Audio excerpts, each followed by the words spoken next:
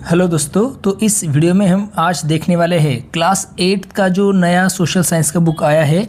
इस बुक में से chapter number 1 natural resources and there use, इस चैप्टर के क्वेश्चन आंसर्स आज हम इस वीडियो में समझने वाले हैं। ये सभी क्वेश्चन आंसर्स आपके एनसीईआरटी टेक्स्ट बुक के हैं, तो इसे अच्छे से समझ लीजिए, जो आपको मददगार होंगे किसके लिए, तो आपकी नोटबुक कंप्लीट करने के लिए। अगर वीडियो अच्छा लगे तो चैनल को लाइक शेयर और सब्सक्राइब ज़रूर कीजिएगा। चलिए, फर्स्ट क्वेश्चन जो है वो क्या दिया है, what can make what is today renewable resource non renewable tomorrow. Okay, आज का जो रिन्यूएबल रिसोर्स है वो कल किस तरह से नॉन रिन्यूएबल रिसोर्स बन सकता है। अंडरस्टैंड, आज रिन्यूएबल है मगर वो कैसे कल नॉन रिन्यूएबल बनेगा, इसके बारे में आपको लिखना है। एक क्वेश्चन है, describe some actions that can prevent from this happening. इसे रोकने के लिए आपको कुछ उपाय यहाँ पे बताने हैं। तो आंसर में आप लिख सकते हैं, देखिए, अ renewable resource can become non renewable if it is use faster than it can regenerate. कोई भी जो रिन्यूएबल रिसोर्स है वो तब नॉन रिन्यूएबल रिसोर्स बनता है जब हम उसकी जो यूज़ करने की गति है वो बहुत ज़्यादा है। किससे? तो रीजनरेट होने से, मीन्स पुनः बनने से ज़्यादा अगर हम उसका यूज़ कर रहे हैं तो ऑटोमेटिकली रिन्यूएबल रिसोर्स क्या बन जाएंगे, तो नॉन रिन्यूएबल रिसोर्स बन जाते हैं। जैसे कि एग्जांपल आपके पास दिया है, cutting trees faster than forest can grow. अगर आप पेड़ों को तेज़ी से काट रहे हैं, अंडरस्टैंड, जो फॉरेस्ट है, अगर आप वहाँ के जो पेड़ है अगर वो ज़्यादा काटते हैं उसे ग्रो होने से पहले, और over using ground water can lead to depletion of resources, या फिर आप जो ग्राउंड वाटर है, भूजल, उसका अधिक उपयोग कर रहे हैं तो इससे क्या हो जाएंगे, तो संसाधन खत्म हो सकते हैं। तो आपको फिर से ग्रो, जैसे कि फॉरेस्ट है उसको ज़्यादा ग्रो होने के लिए टाइम नहीं दे रहे, आप सिर्फ काटते ही जा रहे, या फिर ग्राउंड वाटर ओवर यूज़ कर रहे हैं, उसको रिप्लेनिश नहीं होने दे रहे, रिफिल नहीं होने दे रहे, और उसका एक्सेसिव यूज़ कर रहे हैं। बिकॉज ऑफ दैट ये जो रिन्यूएबल रिसोर्स है, जैसे कि ट्री हो गया, ग्राउंड वाटर हो गया, ये क्या बन जाएगा, तो नॉन रिन्यूएबल बन जाएगा। वेस्ट टू प्रिवेंट दिस, अभी इसे किस तरह से हम रोक सकते हैं, उसके लिए उपाय। Number 1, give enough time for nature to restore resources. हमें क्या करना पड़ेगा, नेचर को, प्रकृति को रिसोर्सेस फिर से बनाने का समय देना होगा। Second thing, use resources carefully and avoid over use. जो रिसोर्सेस है हमें उनको समझदारी से उनका उपयोग करना पड़ेगा, और उनका ओवर यूज़, जो हम एक्सेसिव बहुत ज़्यादा उसका यूज़ कर रहे हैं, उसे हमें रोकना पड़ेगा। प्लांट मोर ट्रीज, अधिक पेड़ लगाने होंगे। सेव वाटर, पानी बचाए। एंड कंट्रोल पोल्यूशन, और पोल्यूशन कम करे। Understand, use modern technology and traditional methods wisely. जो न्यू टेक्नोलॉजीज़ है, नई तकनीक या फिर ट्रेडिशनल मेथड से, पारंपरिक तरीका, उसका हमें सही से उपयोग करना है। तो इस तरह से हम क्या कर सकते हैं, तो ये जो रिन्यूएबल रिसोर्सेज है वो नॉन रिन्यूएबल बन रहे हैं, तो उसे हम रोक सकते हैं। These are some preventive measures. अभी बढ़ते हैं सेकेंड क्वेश्चन की तरफ। जैसे दिया है, देखो, name 5 ecosystem functions that serve humans. हमें 5 ऐसी इकोसिस्टम के कार्य बताने हैं जो मनुष्य के काम आते हैं। इकोसिस्टम फंक्शन, इकोसिस्टम के 5 ऐसे कार्य। तो कौन से वो 5 ऐसे महत्वपूर्ण कार्य हैं, फंक्शंस है। तो number 1, tree produce oxygen for breathing. Ecosystem का काम है ये, ठीक है। पेड़ हमें क्या करते हैं, तो सांस लेने के लिए ऑक्सीजन देते हैं। Forest clean and filter water, जंगल पानी को साफ और शुद्ध करते हैं। Plant roots help prevent soil erosion. पौधे जो है, प्लांट जो है, उसके जो रूट्स है, उनकी जो जड़ें हैं, वो क्या करते हैं, तो सॉइल इरोजन को रोकते हैं। सॉइल इरोजन मीन्स मिट्टी जो बह जाती है, उसका जो वो जो कट जाती है, तो उसे रोकने का काम प्लांट्स करते हैं, उसके रूट्स करते हैं। Insects and birds help in pollination of crops. कीटक हो गए, पक्षी हो गए, ये फसलों का जो पॉलिनेशन है, परागन जिसे बोला जाता है, उसमें मदद करते हैं। Micro organisms break down waste into useful nutrients.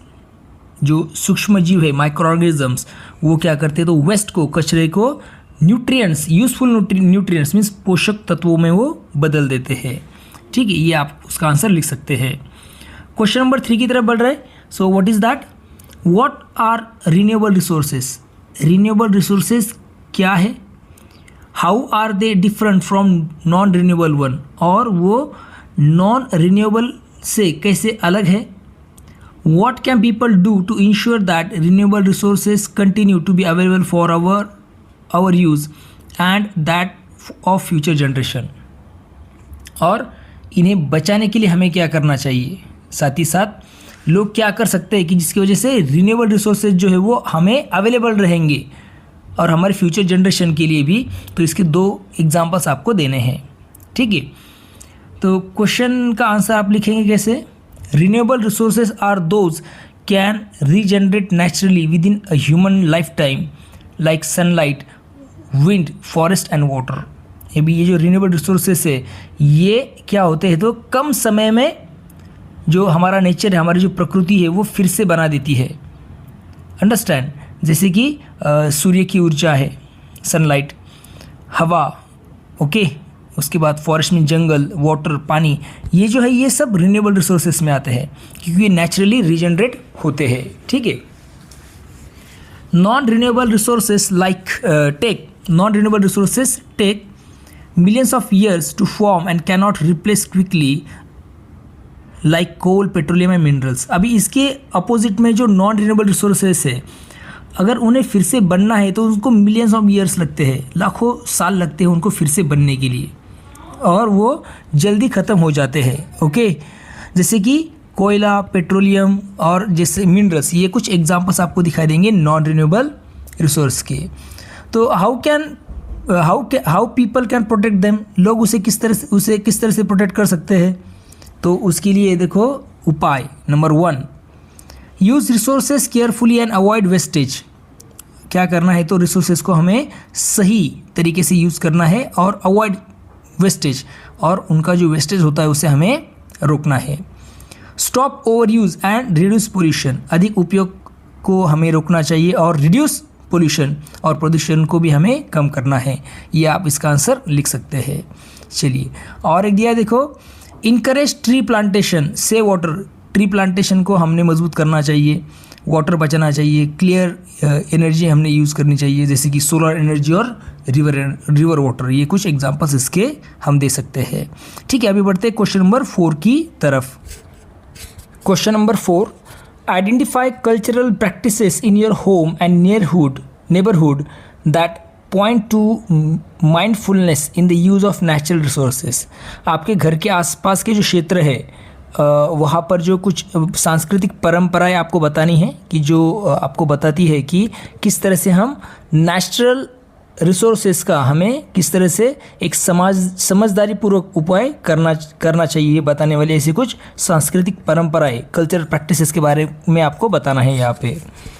तो आंसर में आप लिख सकते हैं, देखो, some cultural practices that show respect for nature use. कुछ ऐसी परंपराएं जो प्रकृति के प्रति सम्मान दिखाती है। तो उसमें है worshipping tulsi and planting trees, तुलसी की पूजा करना और पेड़ लगाना। Offering water to sun as a sign of respect, सूर्य को जल अर्पित करना to show the respect. Using clay lamps, मिट्टी के दिए। अर्थन पॉट्स, ओके, मिट्टी के घड़े। And metal utensils instead of plastic, okay, जो धातु के बर्तन हैं उनका यूज़ करना इंस्टेड ऑफ प्लास्टिक। ओके, तो ये कुछ है ऐसी cultural practices. Storing rain water and avoiding wastage, वर्षा का जो जल है उसे जमा करना, रेन वाटर जिसे हम स्टोरिंग बोल सकते हैं, और वेस्टेज को अवॉइड करना। ओके, मीन्स पानी की जो बर्बादी है उसे न करना, ये कल्चरल प्रैक्टिस हम देख सकते हैं। Celebrating festivals like Van Mahotsav to plant more trees, Van Mahotsav जैसे त्यौहार मनाना। ओके, इससे क्या होता है तो प्लांट्स ज़्यादा करना है, ट्रीज, इसके लिए ये वन महोत्सव या फेस्टिवल सेलिब्रेट किए जाते हैं। Question number 5, what are some considerations to keep in mind in the production of goods for our current use.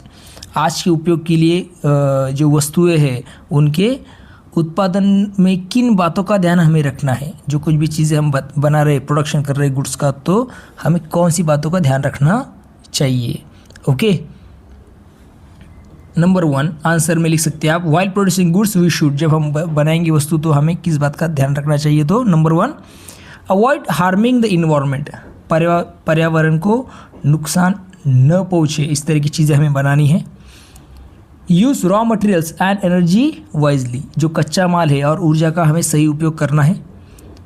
Prefer renewable and recyclable materials, okay, ऐसे मटेरियल्स हमें यूज़ करने हैं कि that are renewable and recyclable. Understand. Use eco friendly and non polluting technologies, eco friendly means पर्यावरण को अनुकूल और non polluting technology means प्रदूषण रहित तकनीक हमें अपनानी है।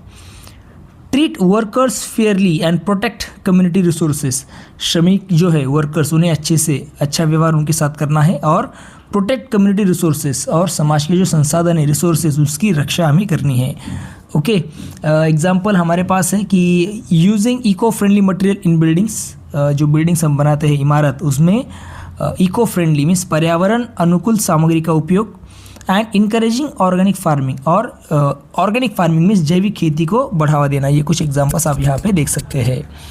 आई होप आपको ये जो चैप्टर था कौन सा, that is natural resources and there use, इसके क्वेश्चन आंसर्स आपको अच्छे से समझ में आ गए हैं। अगर आपकी कोई सूचना है, अगर आपको कोई लगता है कि इस क्वेश्चन में प्रॉब्लम है, ओके, कोई सलाह है आपकी, तो मुझे कमेंट सेक्शन में अवश्य बताइए। अगर वीडियो अच्छा लगे तो चैनल को लाइक, शेयर और सब्सक्राइब ज़रूर कीजिएगा। तो फिर मिलेंगे नए वीडियो के साथ, देखते रहिए सुबोध फाउंडेशन हिंदी, ये अपना यूट्यूब चैनल। तब तक के लिए thank you and take care.